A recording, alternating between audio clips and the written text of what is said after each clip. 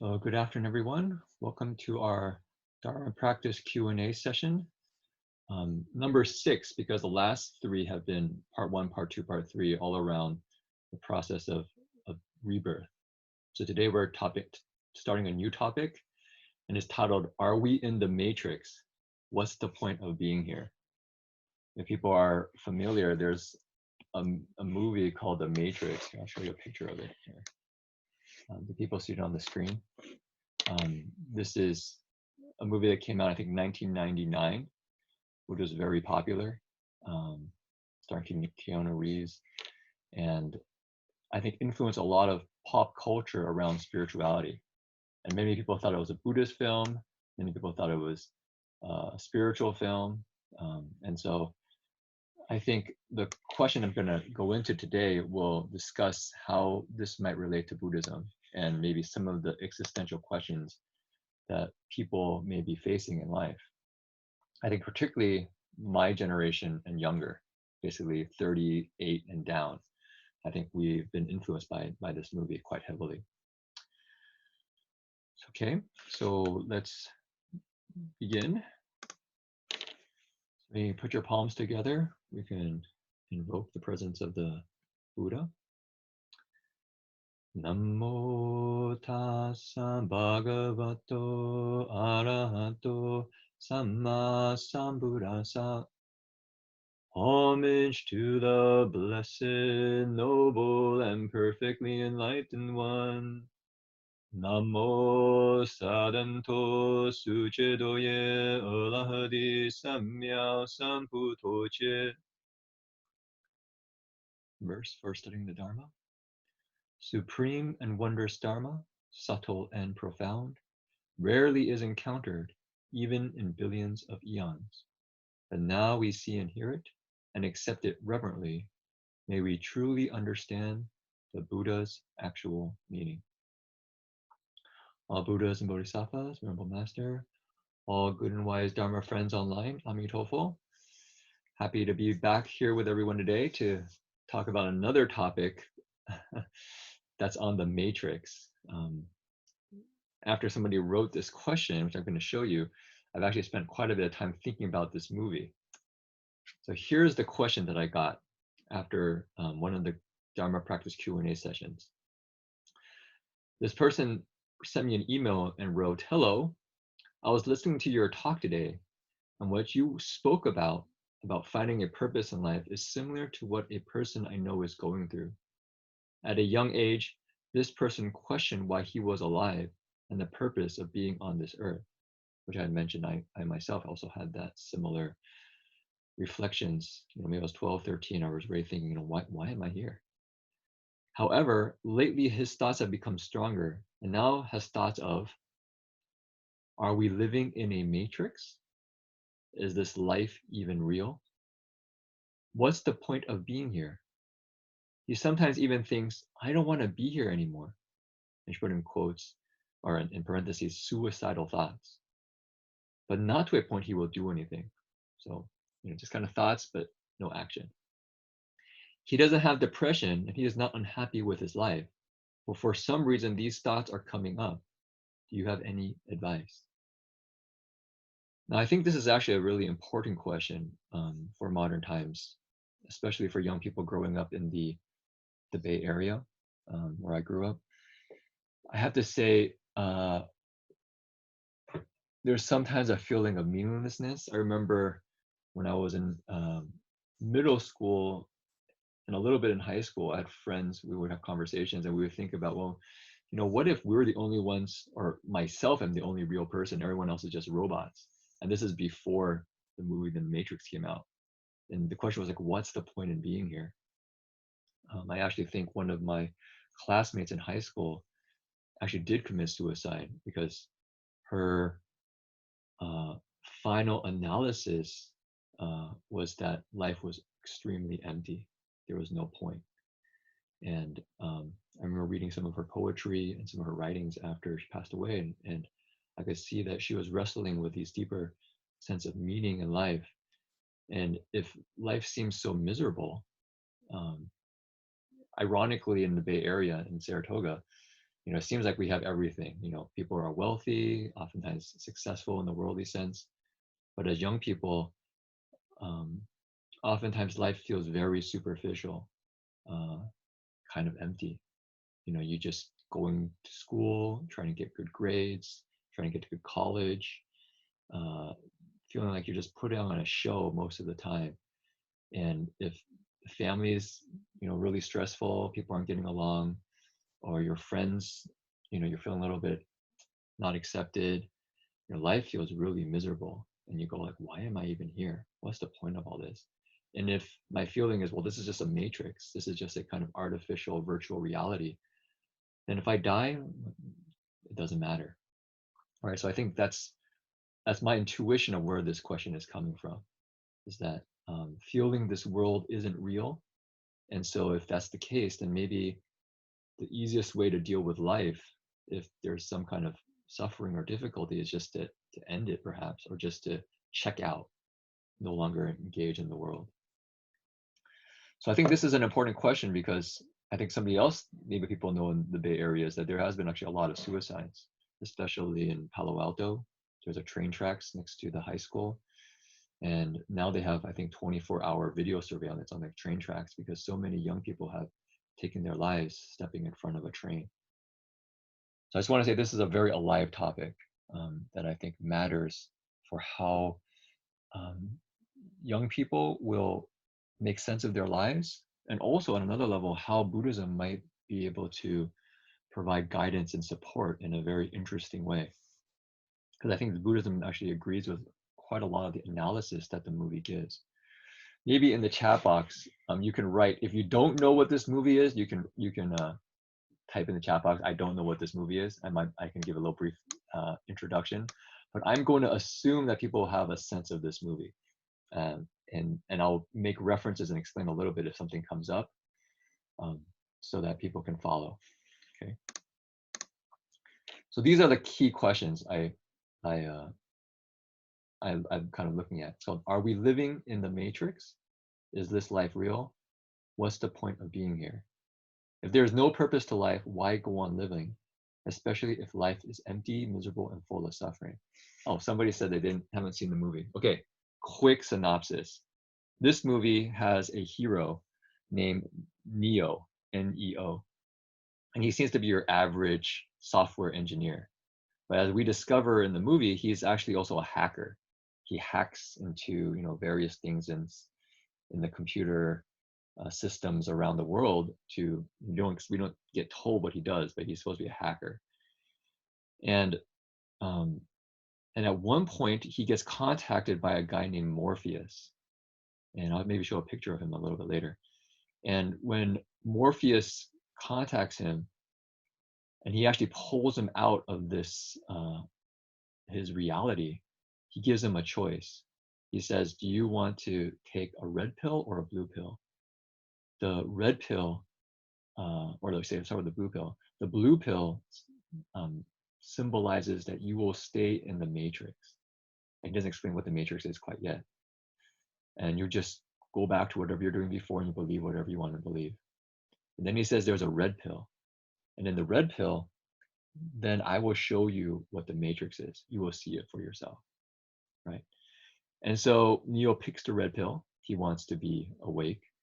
He takes it and then discovers that he's actually been stuck in a computer virtual reality his entire life, and that machines have actually taken over the world and have been holding humans captive as energy sources and create an artificial reality for them to live in.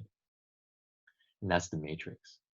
And so at that point, the movie shifts to Neo and this small group of kind of humans fighting against this huge computer system, sentient machine system. And there's this kind of semi-religious background that maybe Neo's quote unquote the one, the kind of special one who has special powers and abilities to manipulate the matrix to his own will. And so the movie kind of goes through that. I think the significant philosophical reflection is for a lot of I think young people growing up, especially in the Bay Area, because we were heavily influenced by technology, we just think, well, am I just living in a virtual reality? What's meaningful? What's life about? So this question comes out, I think, quite a lot. And the reason I thought it was also interesting to explore more in depth is because after I shared some of my reflections during the morning and afternoon, people emailed me and shared me their reflections as well. And so I thought, well, this is definitely something people have thoughts about, reflections about. One mom says, I talk with my kids all the time about the matrix as a way to explain Buddhist principles. So I thought, okay, that's interesting. Even my dad contacted me and said, give me a call. I want to talk to you about what you wrote. So I said, okay, that's interesting. So yeah, so let me keep going. So first, I wanted to mention that I actually really resonated with, so this is my response to this person, and I really resonated what her friend is thinking, because I had similar thoughts when I started questioning life, society, parents, friends, so forth. It really seemed like a lot of life was very much constructed and imaginary. The things people seemed to be chasing after seemed empty. What's success? Making a lot of money, looking cool among my friends, and especially as a teenager, your popularity in school is really important. Getting a good job, finding true love, and that's a popular one in movie culture. You'll find the one, you'll fall in love and live happily ever after. It's like a Disney movie.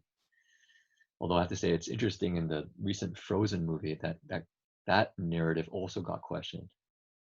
So there's a lot of, I would say, in the postmodern or current times, kind of deconstruction of the popular narratives, leaving us in a kind of open space where we're not sure what to believe. And here, it's like we're living in a fantasy world, a massively multiplayer online role-playing game, or simply the Matrix. I actually stopped playing video games when the massively multiplayer online role-playing games came out, which is probably good because I'm sure I'll be completely addicted. Uh, but essentially, some people just spend their entire lives playing these role-playing games, and it's like a whole virtual world you go into. You can buy things, you can sell things, you can interact with other people. I even read that people got married in the game. They had two people got married literally. They had a wedding ceremony in the video game. So yeah.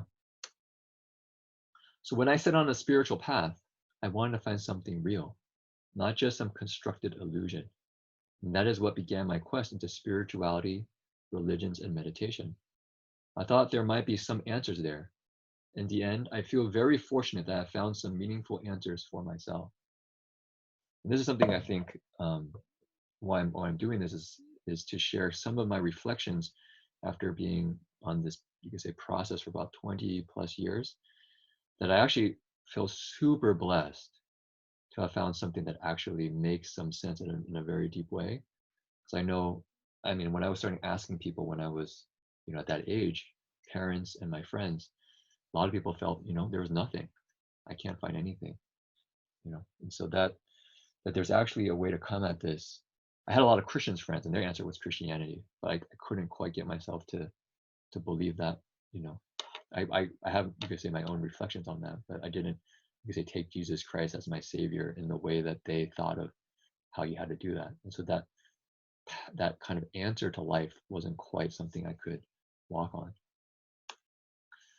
So then I say, in the Buddhist response, for a Buddhist response, because that's the context, I think, of the question, each person needs to discover the answers for themselves. The Dharma is not a dogmatic system that we simply believe in.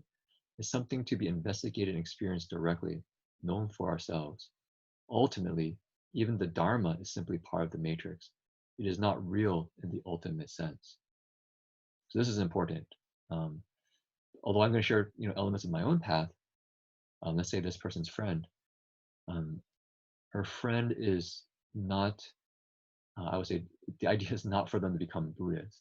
It's for them to start investigate their own lives honestly, directly, with patience and awareness.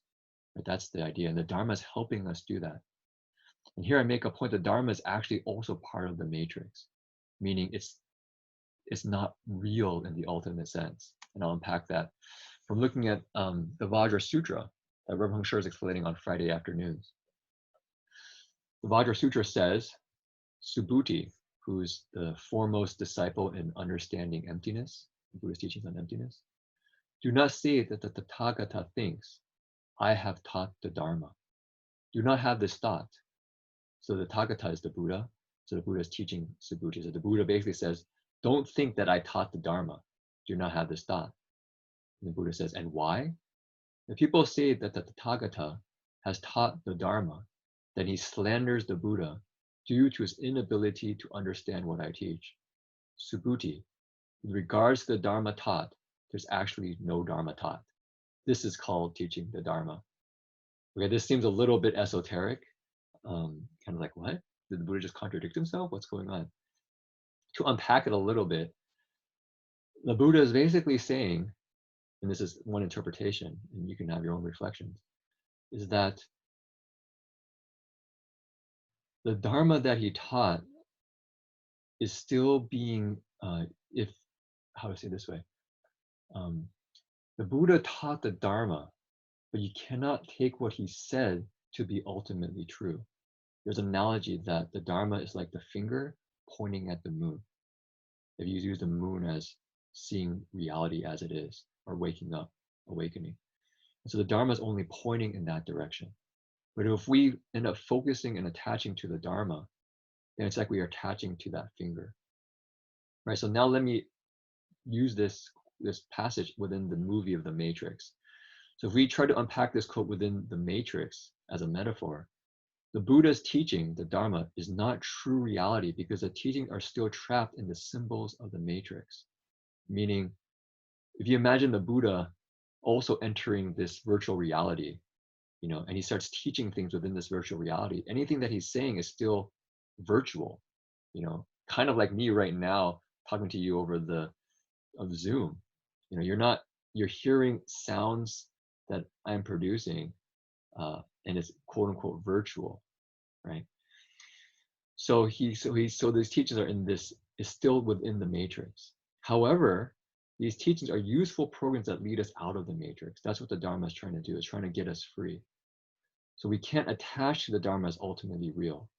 Otherwise, we're still getting stuck in another Matrix. And we miss the whole point of the Dharma, which is liberation. So I'm going to shift documents here just to kind of follow along here. So here, let's see my time. Okay, so here, the Buddha's teachings are provisional hacks, if they say like this, hacks into the Matrix that allow us to get free. Meditation practice or recitation practice, which many people just did, is choosing clarity and awareness over ignorance and ingrained habits. Waking up in Buddhism is not a one-time thing, but a constant practice of mindfulness. We need to be aware of this all the time. Otherwise, we simply fall into our pre-programmed routines. We end up mindlessly feeding the intelligent machines, the sentient machines that control the Matrix. So I want to make this point is that in many ways, we're stuck in a kind of matrix. And so here's one way of looking at it. With the rise of modern technology, marketing, and social media, we have become even more enmeshed in a virtual reality that is usually designed for somebody else's profit. If you want to look into this, I recommend watching a documentary called Century of the Self. It starts with explaining how Edward Bernays, who is considered the father of public relations, in fact, he actually coined the word public relations. Before it was called propaganda. And I think people know propaganda is not really that positive a word. So he changed the word from propaganda to public relations. Oh, that sounds so much nicer. And he essentially created the modern consumer. If you watch this movie, it's kind of mind-blowing. But what happens is after World War, I think, World War II, America is actually doing really well because all the industries are in full strength because of the war, and they're producing all these weapons to feed the war. But then they're really worried that when the war ends, they're saying, well, what do we do with all of our, industry, all of our factories? The war is going to be over. So they approach Edward Bernays, who's actually the propagandist for World War II for America. And he tells them, don't worry, I'll create for you the modern consumer and they'll buy your stuff and never stop. And that's what he did. He basically created the modern consumer, telling people, when you buy clothes, it's not just about being warm and practically being okay. It's actually really about showing who you are as a person. You need to have a healthy self-expression. He paid psychologists. He had people study how this was really important, and then he would, you know, market it out into the world. He broke many stigmas. He got women to smoke. At that time in American society, women did not smoke because it was a stigma. And the cigarette companies, tobacco companies approached Edward Bernays. He said, no problem. So he went to the suffragettes, the women who were fighting for the women's vote at the time, these young, attractive, young women. And he said, okay, here. He gave all them cigarettes and they put them in their kind of clothing. He says, when I give you the signal, you pull them out and you say, torches of freedom. You light them up, hold in the air and say, torches of freedom. Then he told all the newspaper companies that he knew, he was well connected, that something was going to happen. And so, all the newspaper agencies come out, and as these girls are marching for the women's right to vote, Edward Bernays gives the signal. They light up their cigarette and hold it up in the air and say, torches of freedom. What's that like? Well, think of the Statue of Liberty, right? Torches of freedom. So all of a sudden, overnight, the stigma for women smoking completely no longer exists. Now smoking is seen as um, rebellious, independent, strong, sexy. So a woman doing that actually now has a whole different symbolic way of looking at it. So this is what he was a master of. He would basically create desire, break stigmas, look at these deep subconscious emotional ways that people interact, and use it to get people to think they're choosing what they want, but actually he actually manufactured those desires in the first place. So I wrote here, welcome to the Matrix, meaning, so I was really shocked when I watched the movie because I realized a lot of the things that I took for granted as the things that I was trying to follow um, was actually manufactured by this person and probably many other people. That I thought, well, I'm choosing my own life. Actually, not for sure, not for sure. So here's a point: is yes, we're trapped in the matrix. They're intelligent beings, are machines. We can say in our language, oftentimes powerful people that are using our energy and productivity for their own ends. But these people who manipulate the symbols of modern society, from the Buddhist perspective, are also trapped in their own matrix. Most of them are not free either. A lot of the people who are wealthy are also suffering, fighting with their peers, trying to stay on top, or worried that other people will come and take their power away. It's not to say that having wealth and power is bad in Buddhism. It's that when we really attach to them and as part of our identity, you can use your wealth and power skillfully, generously, for caring and taking care of people. And there's a way to do it skillfully. But if we don't and we hold on to it very tightly, then we get trapped in a matrix of our own making. So here, the next one I had, who created the matrix? And I wrote, we did, I did, you did. This is another level. I don't think the movie quite analyzes, but you can kind of see it when you look at it carefully. We each create our own matrix through our intentional actions of body, mouth, and mind. And that's in the Buddhist tradition.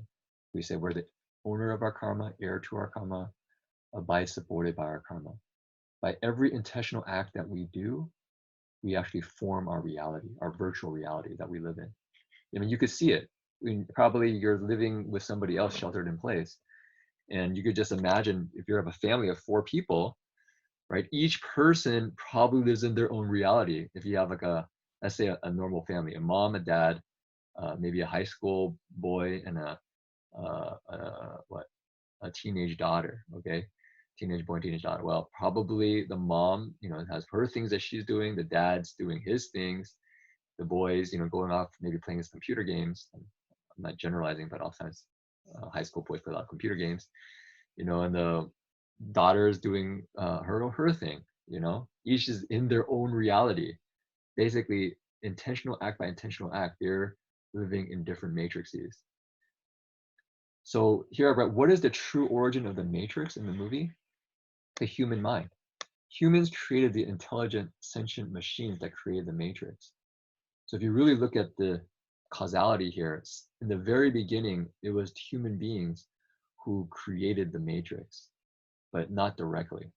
They created the machines, and then in a war that ensued between humans and machines, the movie describes that the humans blocked out the sun so that the machines lose their source of power. And then the machines basically took the humans as their sources of power and created a matrix to keep them subdued.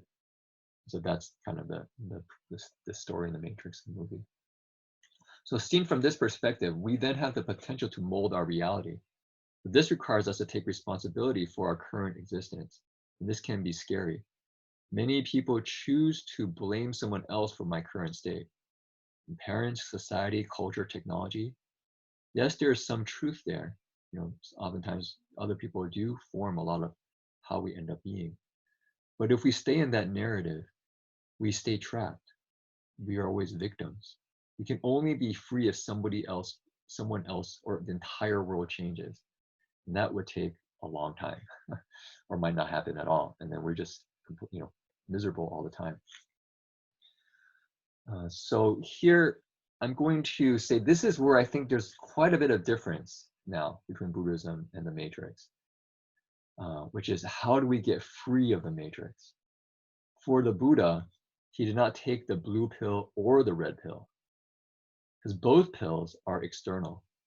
I don't know if people have seen those. There's a very iconic image of let me see if I have it, of the movie, Blue Pill, Red Pill. Let me see if I can find it. Blue Pill, Red Pill.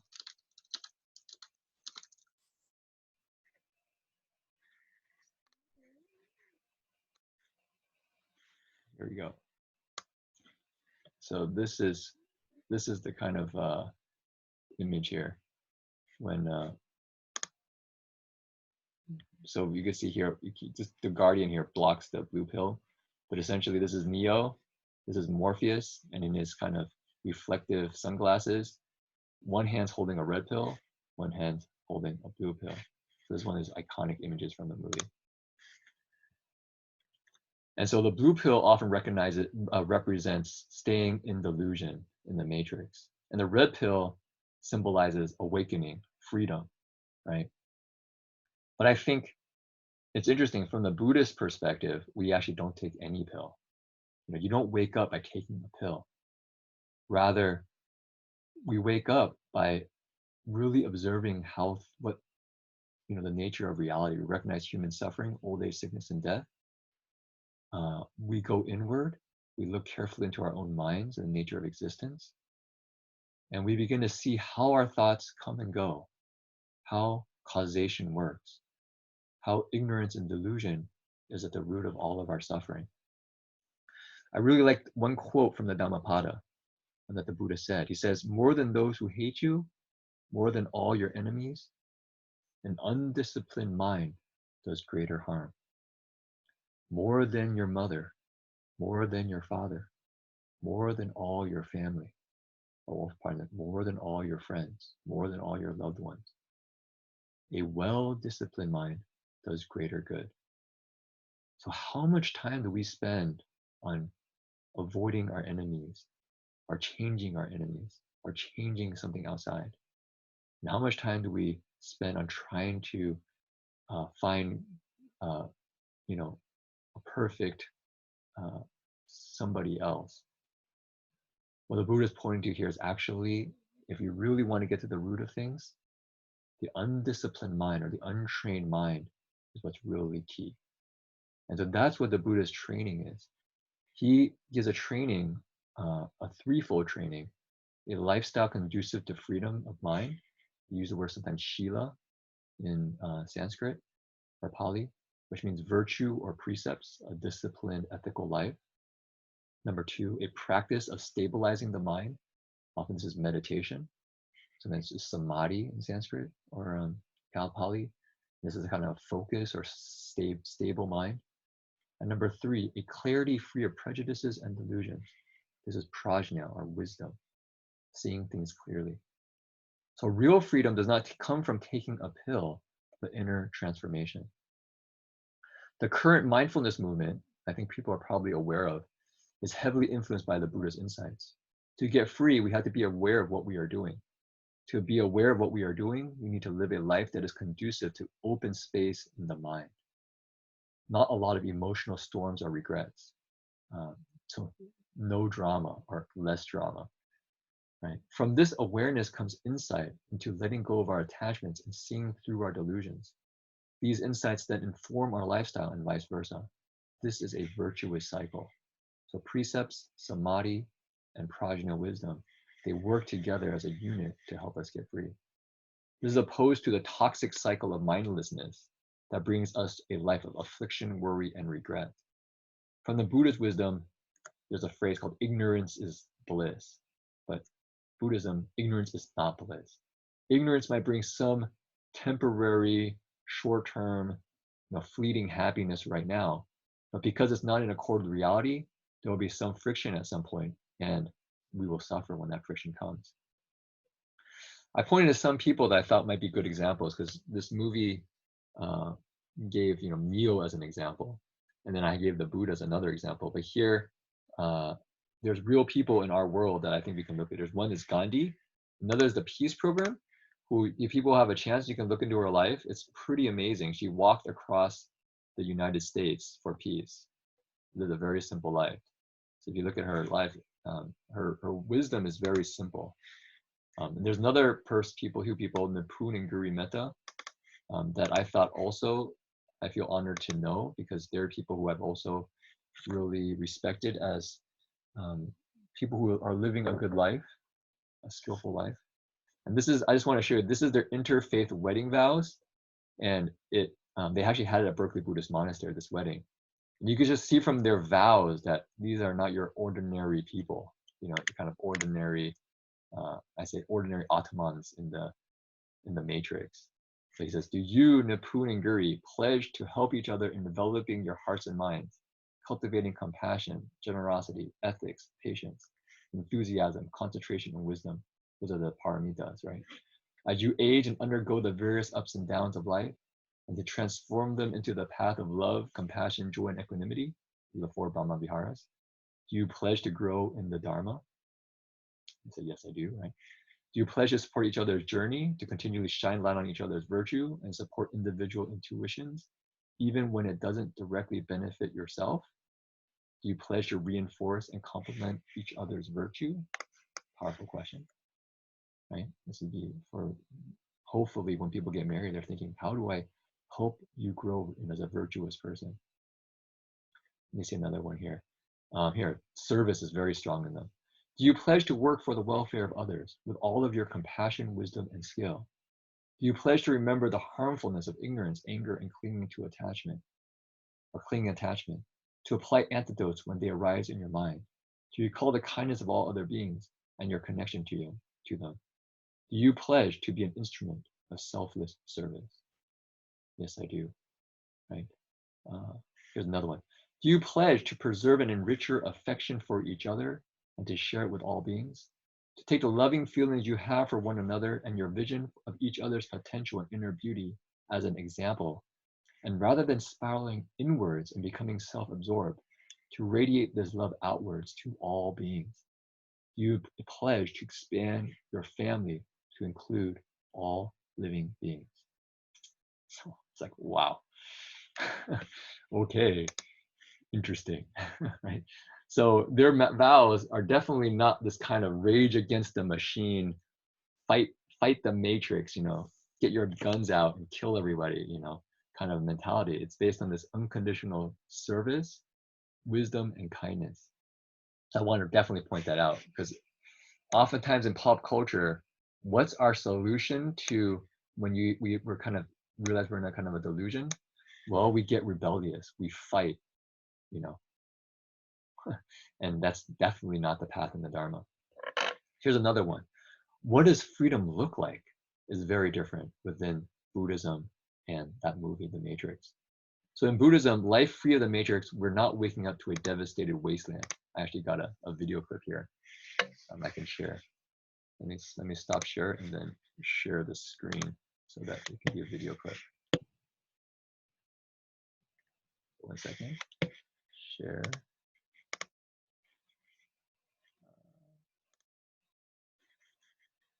There we go. Just give you a sense of the movie. So when Neo wakes up, he takes the red pill. What does he see? He sees this.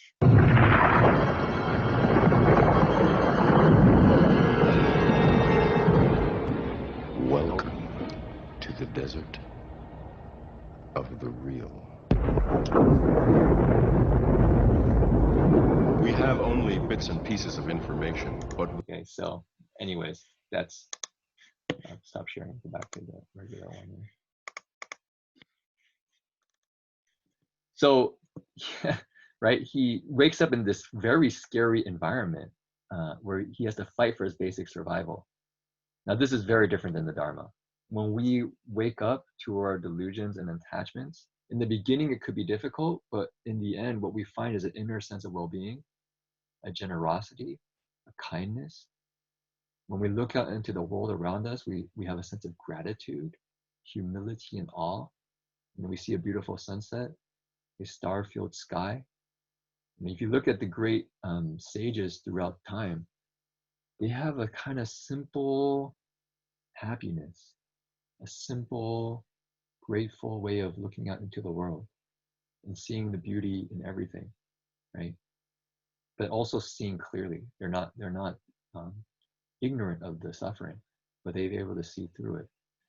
And so that's what the Buddhist waking up is about. It's not about waking up into a war zone where you have to go out and kill many people or many computer generated things, which actually are people, because those are people being controlled by the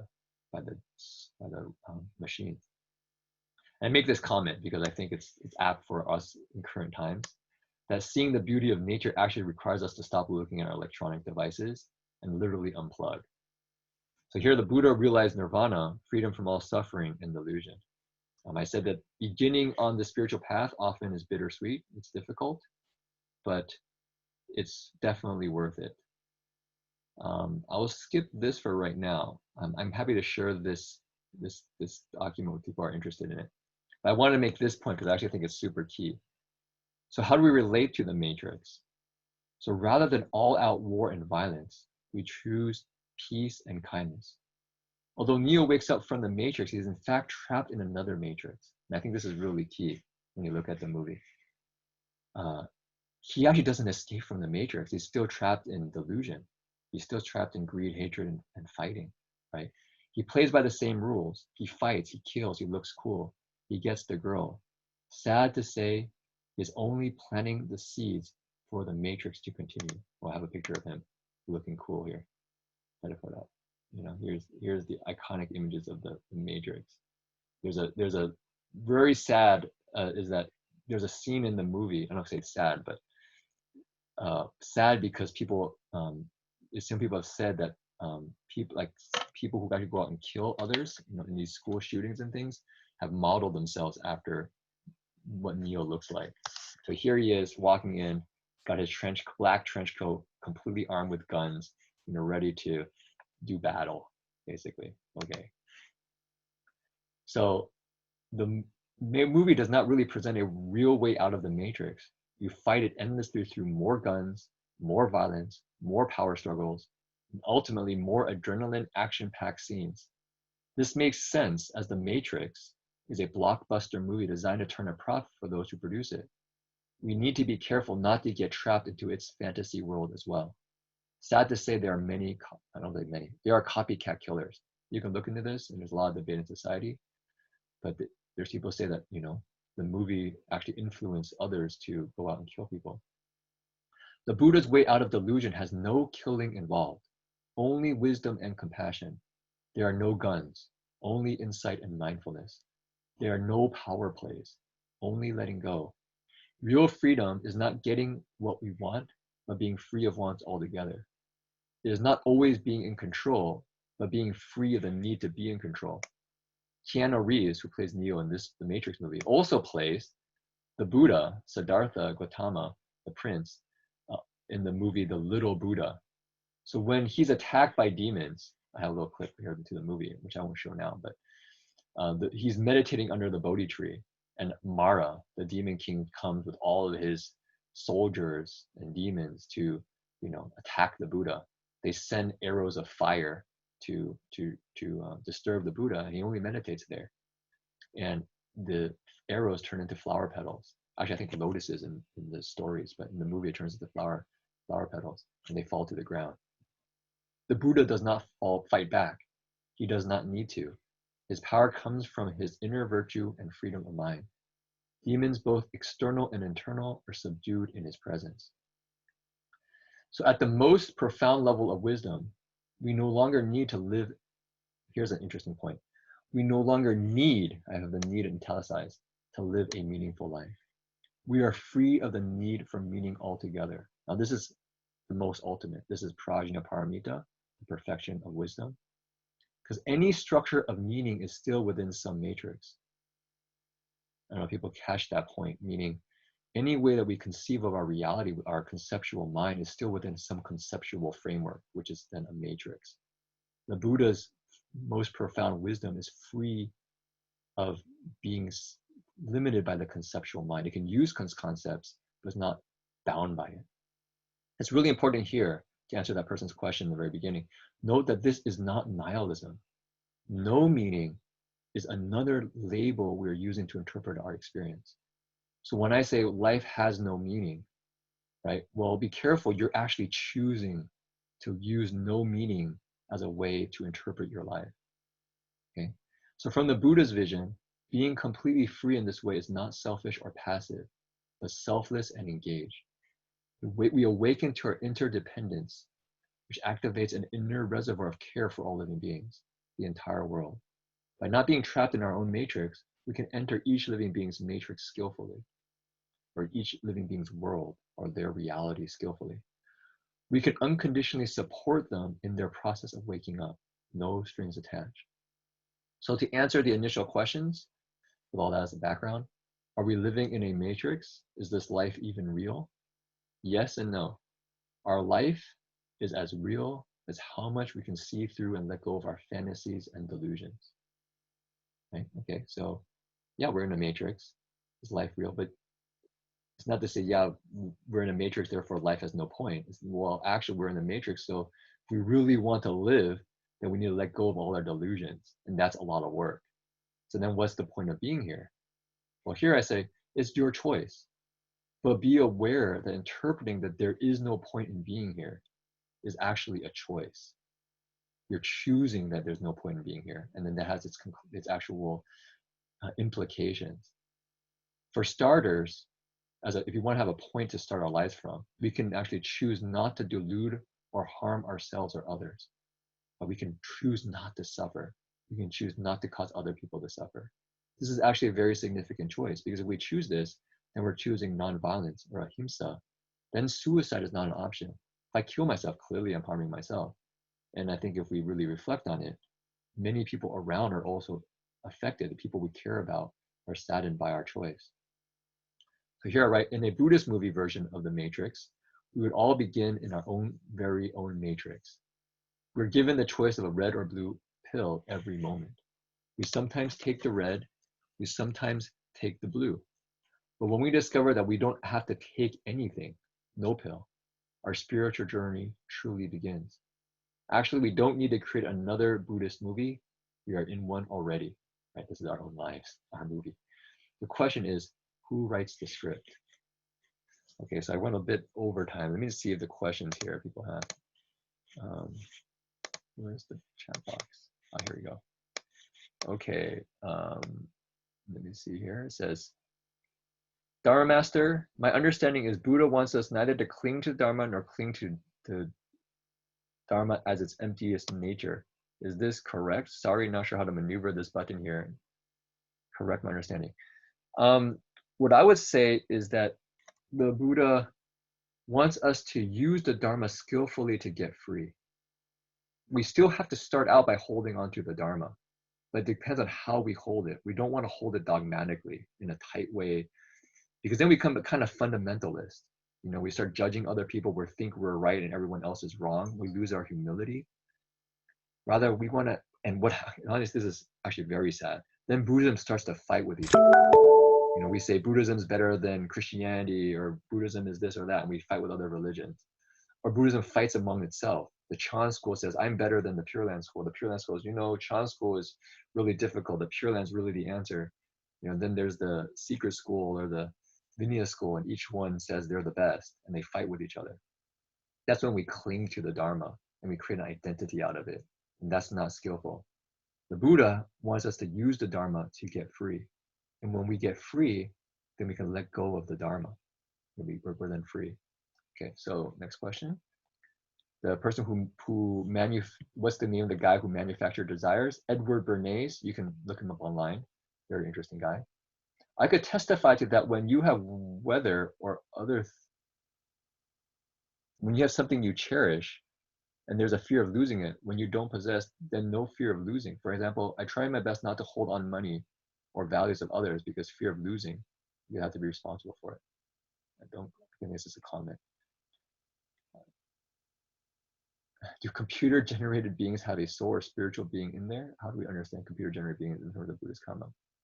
Whenever there's a condition, expectation, need, attachment. That's a longer conversation we could, but I don't want to kind of start talking about the movie and the computer generated, you know, sentience in that movie. It's, I think, very complex. Can anyone share the Google Drive address? Yeah, okay. Are the five skandhas a part of the matrix? And you could say the five skandhas are our own creation. We created the five skandhas, and that's basically our matrix, right? The five skandhas are all conditioned, and we attach to it and think it's real, but in fact, it's just changing phenomena going on all the time. And it's not to say that they'll disappear, but actually that we interact with them skillfully. Thoughts arise, and rather than saying this is my thought or this is me, say, oh, that's a thought. It arises and it passes away. I can use my thoughts skillfully, or I can use these thoughts skillfully, or I can use it in a way that leads to suffering.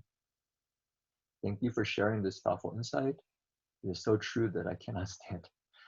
If so, how can we use the Dharma to be liberated from them? I'm not sure what the them is. From the five skandhas? The key for the five skandhas, if you look at the Buddha's teaching, is he says that suffering comes from clinging to the five skandhas. He doesn't say just that suffering comes from the five skandhas. It's really key if you read the Pali Suttas, and even in the Mahayana text too. It says suffering comes from the clinging to the five skandhas. So what we want to do is not cling to the five skandhas, not to attach to them. That could be a future talk. Okay, so I think that answers all the questions here. I mean, this is just kind of an experiment. I don't know if it was helpful at all. I was just trying to reference something that is in popular culture. But I think it's important because, in a way, this is how the Dharma comes to the West. I'm thinking next time to actually investigate meditation, because I got an email about that. And also my dad's feedback for me was really the way out of the matrix is meditation and observing your mind. So he really wanted me to write more about that in this article. And I said, okay, that's a good idea. We don't have that much space in this article. Maybe I can do something else about that later. So I'm thinking of doing that.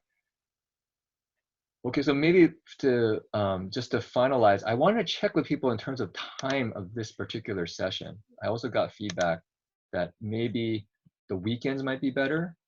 And so maybe people can type in the chat box what might be better for them, either now, which is basically kind of midweek around 1 o'clock, you know, or would say Sunday, 1 o'clock be better? I think Saturday, Jing Forger has his Dharma recitation. Or is it better later in the day? I want to make it accessible to people, but I just want to also be aware that everyone has different schedules. So how about people can email me or type in the chat box regarding the time. I think so. Just different things. Okay, if somebody thinks that Sunday does not work for them, please let me know. But I think I might shift to that time. But next week we'll still do Wednesday until we work from there. Okay. So let's do our dedication of merit. Sorry, my voice is a little bit. Okay, dedication of merit here.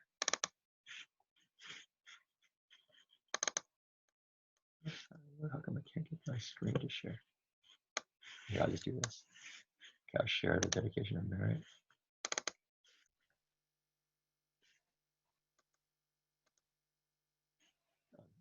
Where's the display? Here it is. Okay. There. Okay. Did people see the dedication of merit on your screen? So how about people see the dedication of merit? Yes. Okay.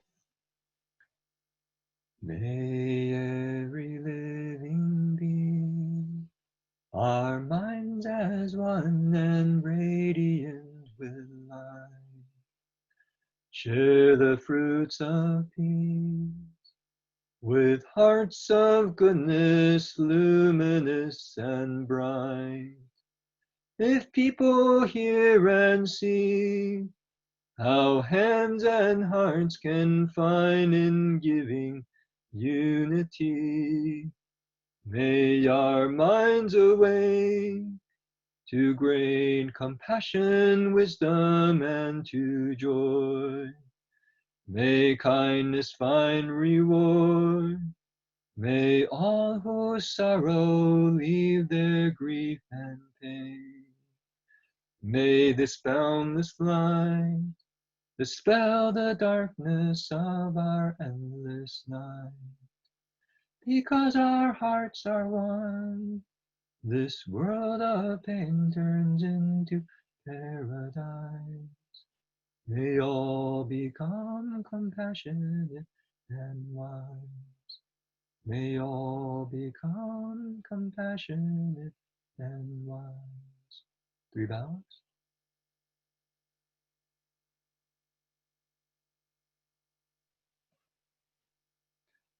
Okay, bow in respect to the Venerable Master.